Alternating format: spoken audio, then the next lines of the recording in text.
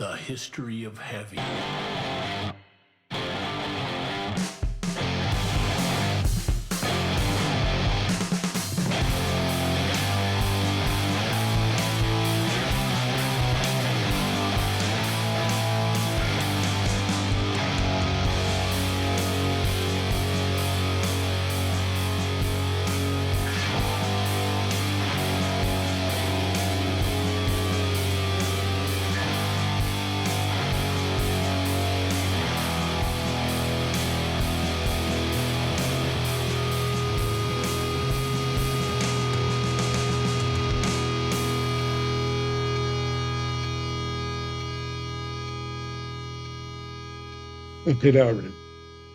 Dave says he's ready. So welcome to episode 24 of the History of Heavy podcast, the show that chronologically explores the history of heavy music across genres, song by song.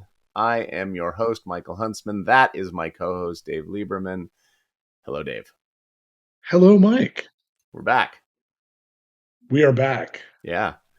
We are back for episode 2 of kind of a trifecta that has become a quartet now, I think, of songs that maybe wouldn't necessarily be on everybody's radar in this period of time, this time period of heavy.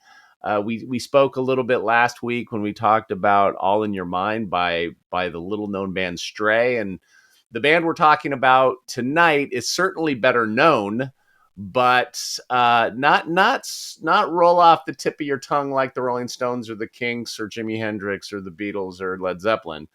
And that will continue next week. And then a song you, Dave, have added to the discussion for a few weeks from now that we will get into as well. But want to get into some of these deeper cuts that kind of, add a little flavor to the heavy conversation as we hit the big signposts that we have to hit, the obligatory, the Deep Purples, as an example of a band that's coming up that are obvious bands we have to talk about. There's some others we wanted to squeeze in. And I think Uriah Heep, depending on who you ask, is a little probably closer to Deep Purple than they are to Stray in notoriety. But it was one of those songs that when I was building this list, and you can check out all the list on the History of Heavy podcast Spotify playlist if you want to listen along as we are talking about these songs. But this is a song I hadn't, I didn't immediately think to add, but ultimately decided we should talk about them, and I'll be very interested to hear what you have to say about this song. But before we get into this song or this band even, we need to continue to talk about 1970. You set some context for us last week. But let's go to your cultural corner and see what else you have to say about the year 1970.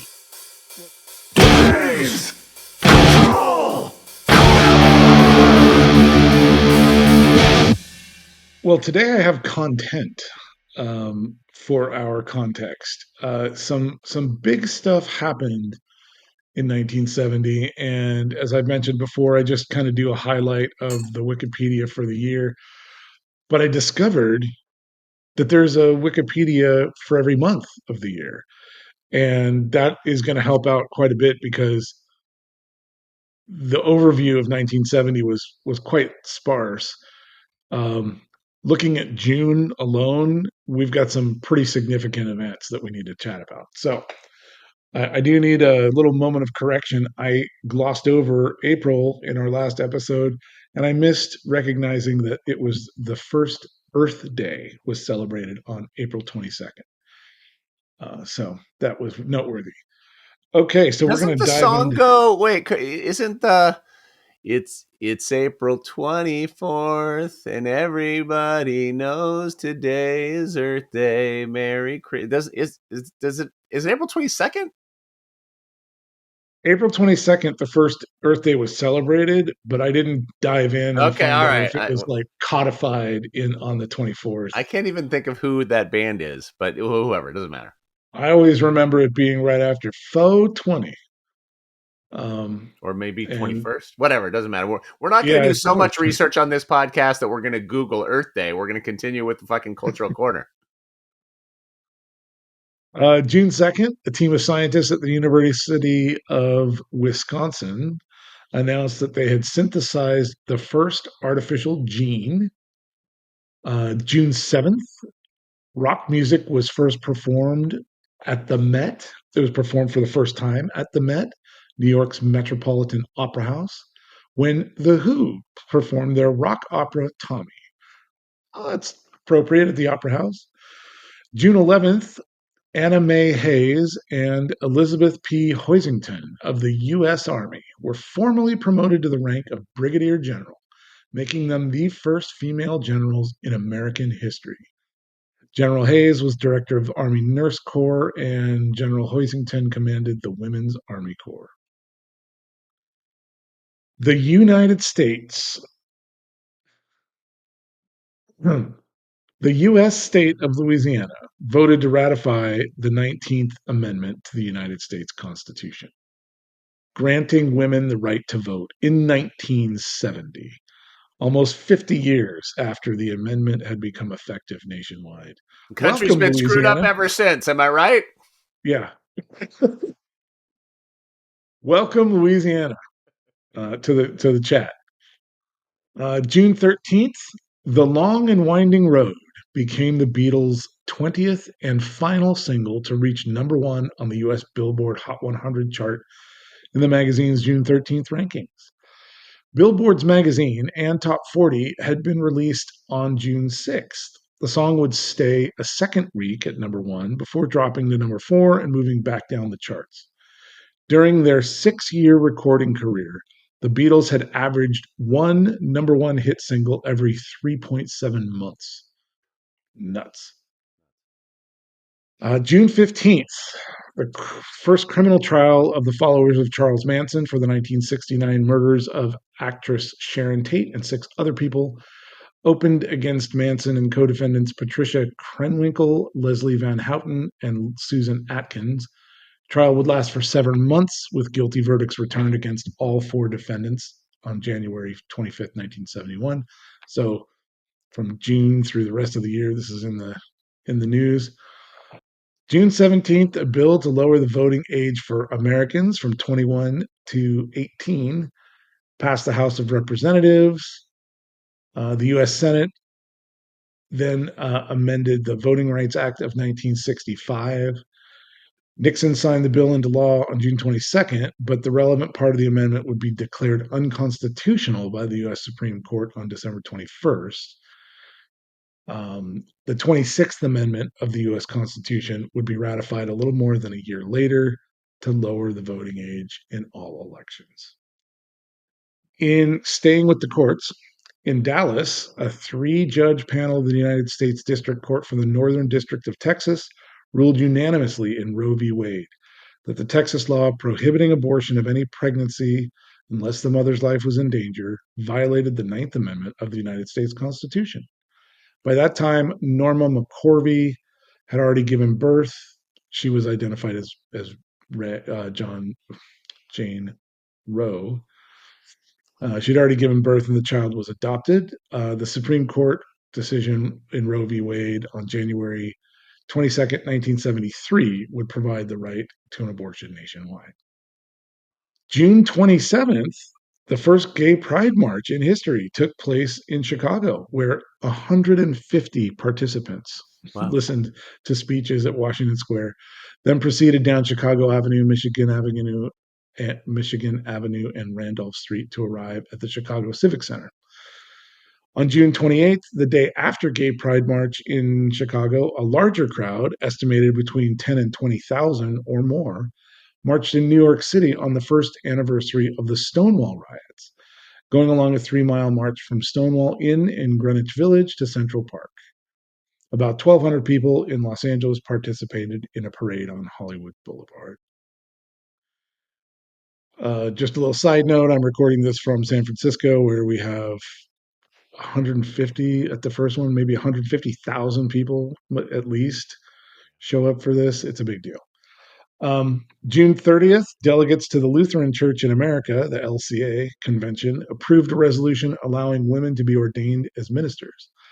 The proposal was approved overwhelmingly by voice vote at the annual meeting in Minneapolis of the LCA, the largest of the three major Lutheran denominations in the United States. So we have the first women generals in American history. Women can be ordained as ministers in the Lutheran Church. And guess what? In Louisiana, they can vote now. 1970, big year for the ladies. Big year. Love it. Well, thank you, Dave. Good update as 1970 continues to truck along. We are not going to be talking about the women tonight. In fact, this is in terms of our topics of conversation, this is very testosterone heavy, the world of heavy. But we will get to some really good, fine, talented, amazing, heavy women down the road a little bit, but not tonight. Tonight, we are going to talk about Uriah Heep, who are, just like Stray, not were, who are an English rock band formed in London in 1969. They have released 25 studio albums, 20 live albums, and 41 compilation albums, including 2 greatest hits albums. 13 of their studio albums have made it onto the UK albums charts, and 15 have reached the Billboard 200. Their most successful album, Demons and Wizards, was their most successful ever. I just said successful twice, reaching number 23 in 1972.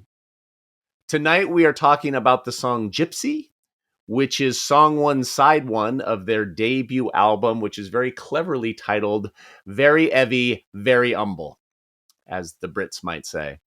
The album was released on June 19th, 1970 on Vertigo Records, coincidentally enough, the same label that released Stray's debut that we talked about last week.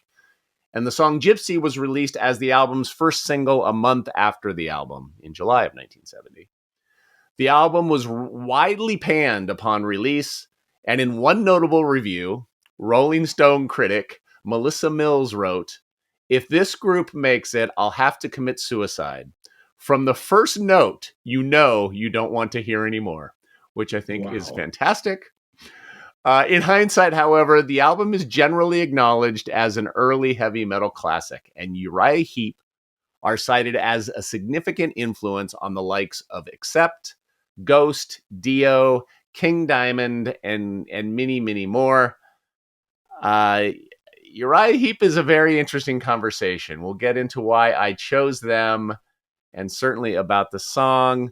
But Dave, I want to ask you, Uriah Heep and Gypsy, heavy metal classic, complete drivel, or unintentionally hilarious? What's your thought? That is a great multiple choice question. This is a heavy metal classic, Mike. This is a no brainer.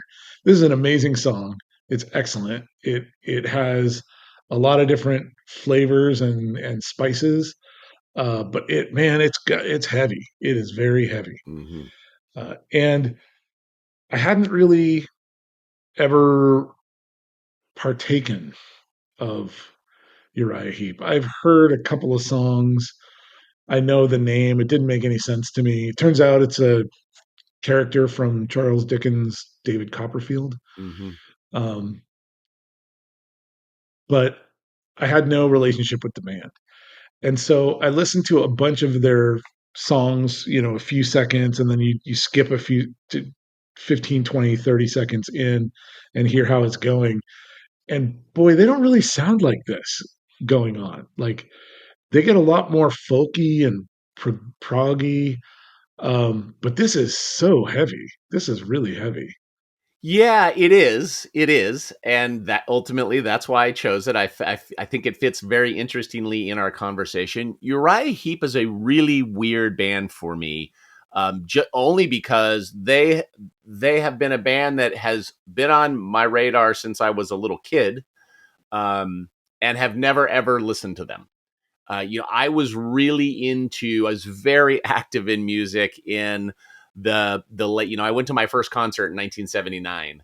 And so I was getting into music around, 76, 77, 78, before, and all of my music consumption then when I was in elementary school was Aerosmith and Ted Nugent and Foghat and Cheap Trick and Pat Travers Band and all of that stuff, and obviously Kiss, who was my first concert. Uriah Heep was kind of part of all of that conversation and in record collections and at record stores and whatever. And I always thought of them my whole life as kind of Jethro Tull, who I Yeah. never liked that much. I liked the hits fine, but never got into Jethro Tull. And Uriah Heep was always this band whose name I recognized. I knew they were kind of an important influence on a lot of music that I liked. Uh, and again, came from an era that I love probably more today than I did in the late 70s and early 80s. I fucking love 1970s hard rock and listen to it all the time. I think it's great, which is how I only in recent years came upon Uriah Heep and realized that they needed to be part of this conversation. I think this song is really good too, and I think it fits great on the playlist. The thing I tripped over a little bit, which is why I added the third option when I asked you the question, is I think without question that Uriah Heep was sonically more influential on Spinal Tap than any other band. That this song could very easily slide on to Smell the Glove, and almost any song on Smell the Glove could be on a Uriah Heep record. I think they kind of sound like Spinal Tap, and they're kind of ridiculously over the top like Spinal Tap. And obviously, there is a kind of 80s metal thing about Spinal Tap, and they play Beastie Rich guitars and they wear spandex and they have big state whatever. But I don't know, man. I think that Christopher Guest and Michael McKean and Harry Shearer were probably listening to Uriah Heep when they were kids. That is very, very insightful. Um, I see the parallels brightly. Right? Yeah, And then yeah, to me, the most like other than Spinal Tap, the other most notable, it's sort of Jethro Tull, it's Spinal Tap, and then the other one for me that's really blatant is Deep Purple. That these guys have a lot in common with Deep Purple, and primarily because there's a lot of swirling organs in Uriah Heep's music, sort of cascading against the melodic guitar. We'll yeah. talk about Deep Purple here in a few weeks again, but they very definitely sound of the same period, forming this kind of 1970s hard rock and ultimately what would become heavy metal. You know, another band that they influenced that I can hear is Styx. There's Oh, there's good there's a call. theatrical Yeah, component good to call. Uriah Heep uh, that as soon as you said Spinal Tap made a Styx connection for me too. That like in the beginning of the song when they're like getting into it and all of a sudden there's like oh, but it's this operatic choral oh, so Hmm. it's got all this depth in tune. It's very powerful and it's just like very theatrical and Yeah, for sure. and to your point, kind of over the top and taking themselves too seriously, um, but in a way that I bought hook, line, and sinker. I think it really plays well. They do it. They own it. Um, and I can see how this could lead to things like Spinal Tap, but also things like Styx, who are also theatrical and over the top, but really good. And there's a lot of progressive in Styx, but there's a lot of heaviness in Styx, but there's a lot of musicality and like some folk in Styx. Yes, you've identified the thing that I bump up against with Uriah Heep, and I don't like Styx. I don't generally like folk, with very few exceptions. I don't really like Deep Purple that much. I don't like Jethro Tull. songs here and there. So you're right. This song, look, I like this song. I like every song on this playlist. I think again, I think it fits really well in the flow. This is a silly way to say it, but if I had to rank the 23 songs we've talked about so far on the show, it would be at or toward the bottom of just my personal enjoyment. There's parts of it I really like, but it's sort of teetering on this theatricality. I think you touched on it. This sort of cheesy Yeah. jazz hands kind of thing that it starts to rub me raw, and it doesn't quite get there. I like it, but it's right on the edge, man. It's right on the edge. Yeah. You might say it's got notes of stone fruit and disappointment. Um, it's there, it's funny because that family of bands that you mentioned, Mm-hmm. the Styx, Jethro Tull, um, Deep Purple. Deep Purple, they have this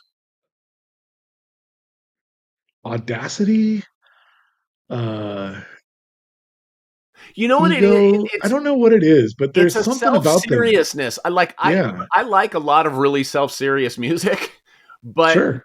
there is a self-seriousness about it that is goofy. Like they are presenting as so important and so big and grand. Grand, I think is the right word. Grand. Yeah.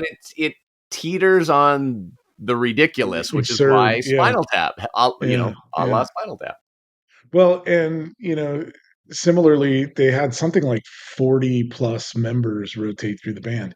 Now they've had a career that spanned a million albums and 70 years or however long it's been. Um, but so have the Rolling Stones, and they're still the same band. Uh, Right. so it can be done. The Yeah, Rolling I Stones feel are the one of same one thing. as far as that goes. Yeah, that's true. I feel similarly about Pearl Jam, right? Like Mm. I they are so earnest Ugh. and they're just I should like it. Like Mm. and I tried and I tried and I tried and the music is good and Is it? but I don't like it. Yeah. Like the Rolling Stones are good, but I don't like it. You know what Um I don't like about Pearl Jam? Let's make this an anti Pearl Jam show. I mean, right, apart from the Billy Goat vocals, is the yes, the earnest self seriousness, but also there was this like the way I usually describe it is, they sort of put out this kind of arena rock record that was massively successful, and then after they all became millionaires, they started riding Fugazi on their Converse and presenting like they were this edgy alternative band. It's like, no, you're not. You're fucking Bad Company. Like, what are you doing? And like, they're good at what they do, undeniably.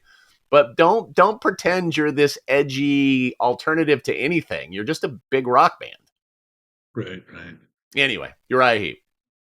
Anyway, Uriah Heep. So yeah, I dig this song. And I went looking for more and didn't find it. Like this is kind of a one-off. They have a couple of other songs, one other song from this album that is has a similar vibe to it, but this one is really strong. It's got this great organ solo that's like percussive, um, and another one of their songs has this organ, or maybe it's this song has this organ um, riff that sounds like a guitar until you hear the guitar come in, and then you're like, oh no, that's not a guitar. Mm-hmm. Uh, so I like that they're call back to Iron Butterfly, um, who I think really enabled this whole organ metal thing. Right? There's organ in a bunch of stuff that Deep Purple, and there's a band I listen to, Electric Citizen, that's got organ in it. Um, you have permission to put organ in your metal music or your heavy music because of Iron Butterfly. And I know that people were playing around with it in that time, but they like put their stamp on it. In the heaviest So way possible. in the heaviest way possible, Yeah. but also with this tremendous musicality. Like they didn't it wasn't either or. It was all the way. And so because they opened the door, Uriah Heep walks in and Iron Butterfly, Uriah Heep and Deep Purple walk into a bar. Um, yeah, good song. I wish more of their stuff was like this. Yeah, I don't know if this is the opposite experience of what you're describing, but I found myself really enjoying the record as a whole.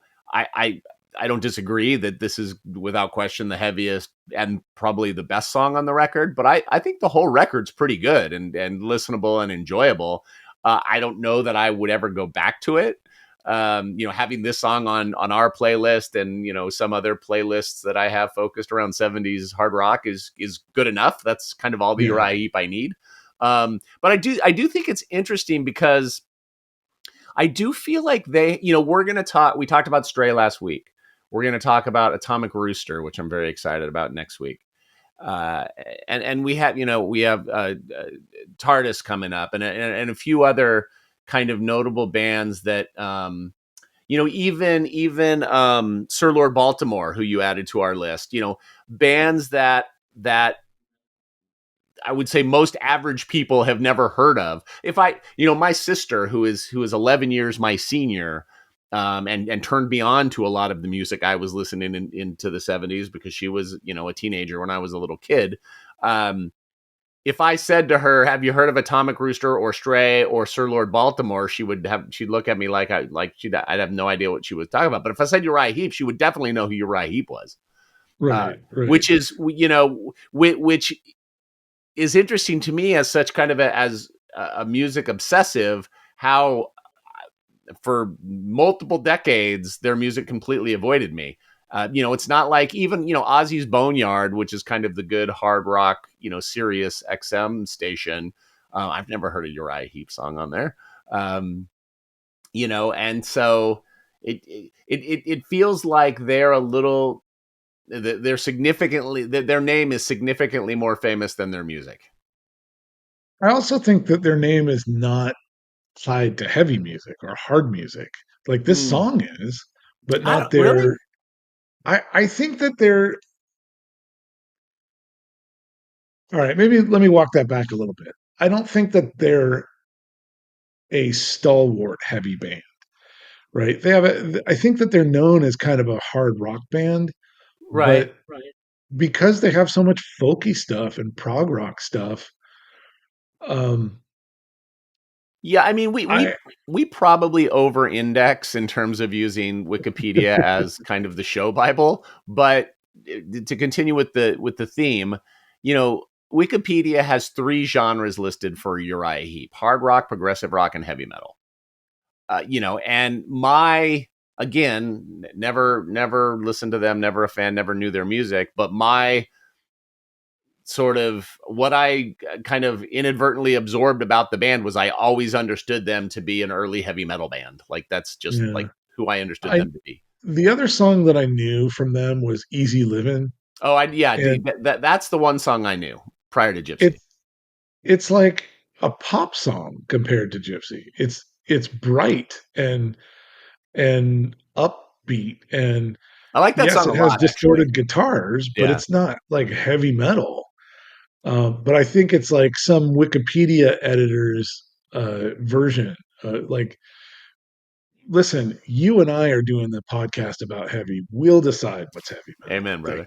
Thank Well, you very and in that context, Gypsy is heavy. Gypsy is much. It's heavy. on the list. Yeah, look, honestly, again, I do think it's got a little, it gets a little close to some of these elements that I don't love, but it's a lot heavier than a lot of songs we've talked about to date, you know? That's true, right? That's true. It's heavy on its own, and I like Spinal Tap, and they have 2 feet in the silly bucket. Absolutely. So what are you going to do, right? You like what you like, and you like what's good because it's good, and this is good, and I like it. Yeah. Yeah, I don't honestly know if I have much more to say about the song other than that. It's sort of one of those things where, and look, in the age of Spotify and streaming music, it's perfect. Like this, you can pick the gem out. It's just like All in Your Mind, the Stray song from last week. You can pick the Great. gems Yep. out and have those forever and listen to those in whatever context you want without having to deep dive, without having to listen to the album's deep tracks or starting at side one, track one, or whatever. And you can just have this song, and that's what I will do with Uriah Heep. Some of these That's right. Yeah. bands, I discovered, and then I deep dove and fell in love with the band. And some of these other bands, I found the one song, and it's like, great, I love this song, and I'm not that interested in diving any deeper, and that's fine. But you know what this did do was this contributed to the AI algorithm that I found that other band that I turned you on to earlier or last night, right? Like Oh, that talk came. about that because I didn't realize that's how you found them. What the hell's his name now? Randy. Oh boy, Randy Holden. Randy Holden, right? I was That's a listening cool to this. record. It's great, and all of his stuff doesn't sound like that either. But so there you go. Like this song bled into some other recommendations. One of them was Sir Lord Baltimore. One of them was Randy Holden, and this Randy Holden album, Population Two, is just heavy as shit. But that's like from 2020. So I don't know that that's going to make it on our list. And if it does, we'll see you in about 3 years when we get to 2020. Um, Well, no, no, no, no. That's a reissue of that record, right? oh, is it? Yeah, Oh, yeah. well, that That would that make more record came out sense. in the '70s. Okay, that would make a lot more sense because I'm like, wow, this guy was channeling. All Yeah, right. no, that record came out in the '70s, and most of his, I did some reading when you sent it last night. Most of his music has been uh, unavailable because of licensing issues for many years, and some of his stuff still hasn't been made available. But that record, uh, Oh, look at that. Randy Holden, an American guitarist best known for his membership of the West Coast acid rock group Blue Cheer. right, yeah, yeah, I did not, I didn't even know that. he was the second guitar player in Blue Cheer, and the, absolutely recommend this album for people to check out. I'll put a link to the record below. My Oh immediate my God. reaction when you sent it was that he sounds like Hendrix. Yeah, it's coming up as 1970. So it's just appropriate that we're talking about it right now. Yeah, it's Yeah, good. one of the songs is like the most Sabbath song outside of Sabbath's discography that I may have ever heard. So there is some Jimi Hendrix there, but there's a darker thread. There's some Jimi Hendrix in some of his tuning and some of his phrasing, but there's a darker thread in him. That Yeah, well, album. it's sort of the kind of like psychedelic uh astro blues element of Hendrix that's real There you spacey go. and Okay, there you go. kind of out Astro there. blues. Yeah, We is have a new genre, ladies yeah, and I gentlemen. just came up with that. That's my genre, people. Astro blues. There it Um, is. I probably didn't make it up, but yeah, and I don't want to overhype it. When I listened to the record once and really enjoyed it, and it's good. But yeah, just like just like this Uriah Heep stuff, it's like you dig and dig and dig and find great stuff. It's just Right. there's so much And there was and is and so much great music here. the point we're making is that you can take this, like I started listening, I came online listening to music sometime after you did. And my first music was tapes. And so boy, you were stuck with that tape. Like when the fast forward to the song came out, where you could just fast forward past the track, that was like, boy, was that a big day for me. Because I got, I had albums as tapes and I didn't want to hear them all the way through. I wanted to hear song one, song four, and song six, and then flip it over and hear song two, song three, and song seven. Um, I mean, on side two. Uh, yeah. So I love the digitization, um, to be able to not only step in and out of an album the way you want, but now you can make your own album as a playlist, and you can put a Randy Holden song right next to a Uriah Heep song, and maybe even an Atomic Rooster song.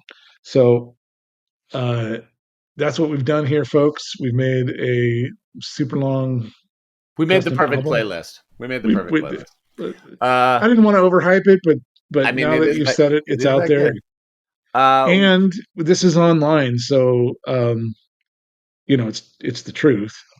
right, right. Just like Wikipedia. It's if it's Right. there, it's real. They It's won't let right. you put it on if it's not true. No, it's yeah, yeah. Okay. Anything else on Gypsy or Uriah Heep? No, this is a one-off flash in the pan for me. I'm not really that interested in Uriah Heep, but this song is good enough to maintain it on some playlists of mine. Do you, we talked a little bit about who they sound like and who they remind us of in the context of 1970 and where we've been in as it relates to the songs that we've talked about so far. Do you feel like it really adds anything to the conversation sonically, or is it really just kind of another song that sort of keeps pushing Yeah, the heavy rock this is along? this is the byline for our 1970 exploration is that now that we have Black Sabbath on the scene, they will kind of maintain the high watermark, at least for me. Um, and everybody else is now filling in the bubbles, Mm-hmm. right? Like there's a lot to fill in. There's a lot that is in the legacy of Link Ray and Cream and Zeppelin and Sonic and everybody else. I'm blanking. Mm-hmm. Um, but there's a lot of room that was left there to explore, and because that ascension happened pretty quickly, um, and because of the way that the information um, exchanged hands, right? Like you don't when we put ourselves in 1965 and 1968 and 1970, you heard music that was on the radio or the band that opened for the band that you went to see. There wasn't another way to hear music, right? Somebody had to turn you on to it. And how did they learn about Somebody it? else had to They have the had to, record, right? you had to have it. You had to have it. So it would have Well, that taken look some time for that music to bubble into the consciousness, right? The music of the early and mid 60s would have taken some time to show up, to be influential, to create all these different songs that we're hearing. for sure, and that's why things like Rolling Stone and Cream and John Peel and all of those things were so important. Is because they were telling people what was worth going to spend your money on at the record store, Right, or what concert tickets to buy. right. We are in the wake of Sabbath for sure, in the wake of the Stooges for sure. And our episodes reflect not even their influence necessarily, but similar energies as we talk about these very guitar heavy things, be them Stray or Uriah Heep or Deep Purple. But before too long, we're going to get to Pink Floyd and Funkadelic and Alice Coltrane and the Edgar Winter Group and James Brown and a bunch of different flavors of heavy. So there is a lot that's going to happen in the 70s musically that's going to take heavy in a lot of different directions. But right now Right. we are focused on kind of this very specific, quote unquote, heavy metal, heavy energy. Yeah, Uh, and again, like I think that Sabbath just entered the chat. So like they haven't been able to disseminate their influence yet. They are a manifestation and an expression of a bunch of the things that came before, just like Uriah Heep is. It's just that I think we will see Uriah Heep was influential in a bunch of ways for a bunch of bands that don't maintain the heavy thread.